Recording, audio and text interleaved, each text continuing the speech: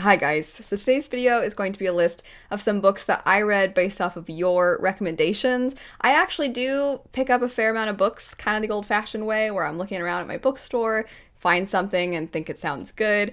A lot of times, of course, I get recommendations just from being here on BookTube, and sometimes it's a combination of all of those things and your recommendations, but this particular list is purely you recommended it, I put it on my list of books that I was interested in, and then I eventually picked them up. I'm going to start with one that I have seen there be a lot of ratings on Goodreads for, but I pretty much never see it talked about on BookTube, or at least I don't see it talked about on BookTube all that often, so I'm so grateful that you all recommended it because I loved it, and that would be Bloodsong by Anthony Ryan. I have mentioned this a few times as of late because I'm picking up the book Lancelot, and I've mentioned that Lancelot reminds me in writing style a little bit of Bloodsong. So this is a story where a man is telling his life story, kind of like Name of the Wind. It's definitely a coming-of-age tale, but I love the main character, Valen Alsorna, so much.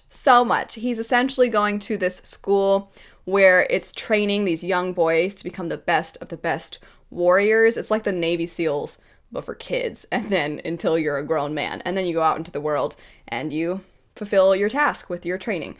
I was skeptical for a while because it is a slower story. I rarely like this form of storytelling where they tell you all about their life. It worked so well for me, and I think that's because I loved Valen so much, and I also felt like the author did such a fantastic job of doing the relationships between Valen and the other boys. So at times you're gonna see the kids annoy you so much. You're like, what the heck is up with this stupid kid? And then as the story progresses, you're like, oh man, that's actually really sad. You find out backstories about the kids. Some of them will be friends, some of them will be enemies initially, and then the way that they form this brotherly relationship, I think is amazing. I really like the writing. And it's funny because the book is not meant to be hilarious necessarily, but in having it be kind of a quiet, beautiful writing style, the funny parts are hilarious because they contrast so much that I laughed out loud quite a few times reading this. It's so good. I'm so grateful that you all recommended it. I wish more people would read it, and also I need to go back and reread it so that I can read the rest of the series. I'm so excited. While that recommendation was a big success, the next one, while I didn't dislike it, I didn't love it, and that would be A Shadow of What Was Lost. There was nothing particularly wrong with this book. It's not like I would ever rant about, oh, this book was so stupid or something. I never rant like that anyway. When I talk about books, I try to be respectful and hopefully informative. But with this one, it just didn't click for me. I liked the main characters. I thought the plot was very interesting. Definitely a lot of questions that were left unanswered, but I could see the potential for those reveals coming later in the series. I've also heard that there's great reread value in this particular story because the first entry is slightly disorienting as you get further in. And so once you've read the whole story and you go back, I've heard it's very masterful in its crafting.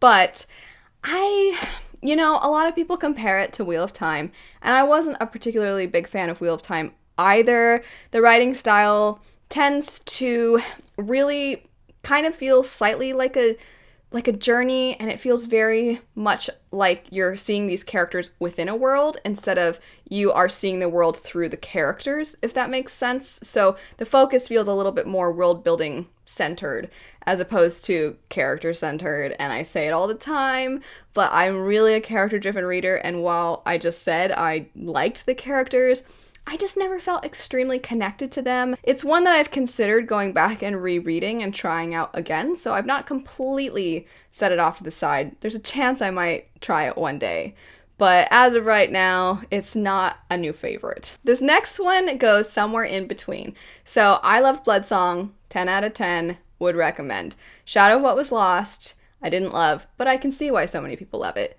This one, The Bird and the Blade. So one of you sold me on this because all you said was that it was really tragic. And I was thinking, oh my gosh, that's perfect. Because all you really have to do is tell me a story is tragic, and I'm immediately intrigued. This story was such a good character examination. It's not actually fantasy. It is a historical fiction retelling, and I don't even want to say what the story is because then I think that gives away a lot of what is going to happen in the book. When I say I don't want to say what it is, I mean the original that it's based on. So I love this story. It follows a girl who is a slave, and then she ends up being kind of on this quest, not a quest, but she ends up having to tag along with some Mongols who she technically was the slave for. One of them is kind of the older father who she was... There's just an interesting dynamic where you have the older person who is a Mongol, and then you have the younger individual who he is super, super nice, and it's an interesting situation. I felt like the first chunk of the book, when some people might pick it up, they might feel it's almost problematic in a sense, because this girl has so rarely had anybody treat her kindly that this individual who is the son character, he is so nice to her that she's immediately infatuated with him. And she's not in love with him, she just seems swept off her feet by this person. And so it's not necessarily super healthy, but as the story goes on and you learn more about her past, it's really sad. And then the ending, I hated the ending of this story. For me, it's a tragedy. The story is a tragedy. So I usually like sad endings, but this particular sad ending did not feel like it fit the rest of the story and the character development that we got, at least in my opinion. A lot of people disagree with me on that, but I just felt like it seemed like somebody had to push it into what the ending was for the original story that it's based on. And for me, it just didn't fit with everything else. But I loved the rest of it. And then that ending, I think you all know, when you love a story and then you don't like the ending, it weirdly makes you angrier than if you had just felt lukewarm about the whole book. So thus far, I would say we've gone Bloodsong here, Shadow of What Was Lost, Bird in the Blade kind of was like all over the place, but ultimately I would say a little lower. We're going to go back up with Senlin Ascends by Josiah Bancroft. Every time I mention it, I always talk about how this book is weird. It follows a man named Thomas Senlin, and he is on his honeymoon with his very eccentric wife. Thomas Senlin is not eccentric. He's awkward and strange, and he's not particularly social, but he loves his wife.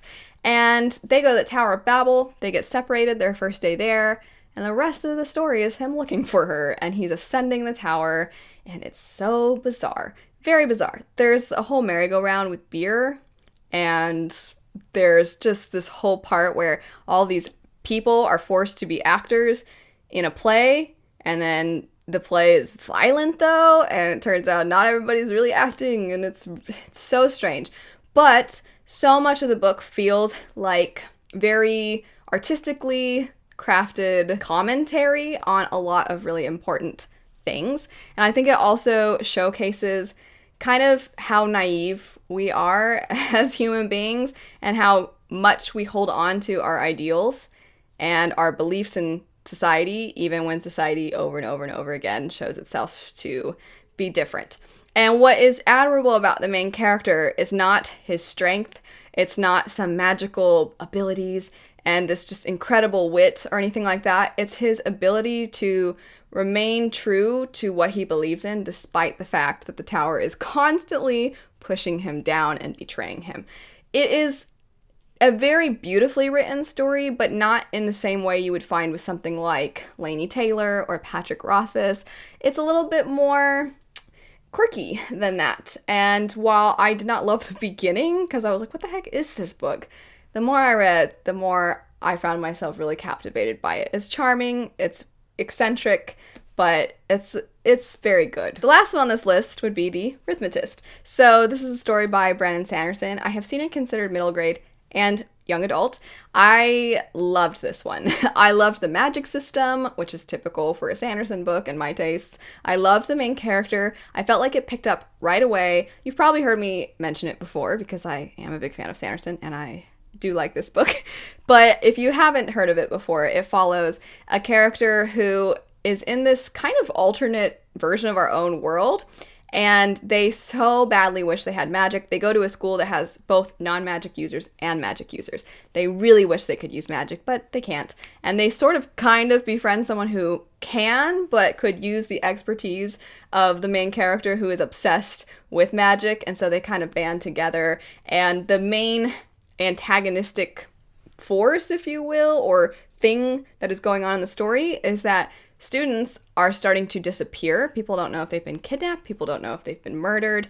But their magic system kind of may or may not tie into what is going on. And I adored it. I thought it was so unique and so refreshing, but it does leave off on quite the cliffhanger, and it's going to be a little bit before we get the next one, which is fine. I understand Sanderson is definitely delivering all the time on all of his series, so I know we're going to get it. But it's just one of those books. I love it, but I'm probably going to have to reread it. Oh no. I'm very grateful, though, that you all kind of gave me that little extra nudge to pick it up. Those are not the only books that I've picked up because of all of your recommendations. It's just a few.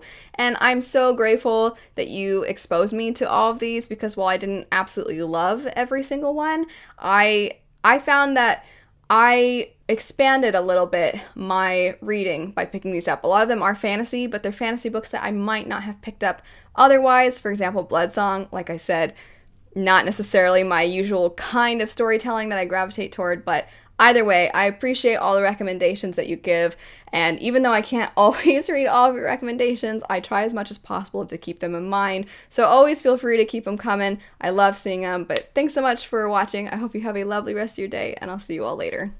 Bye.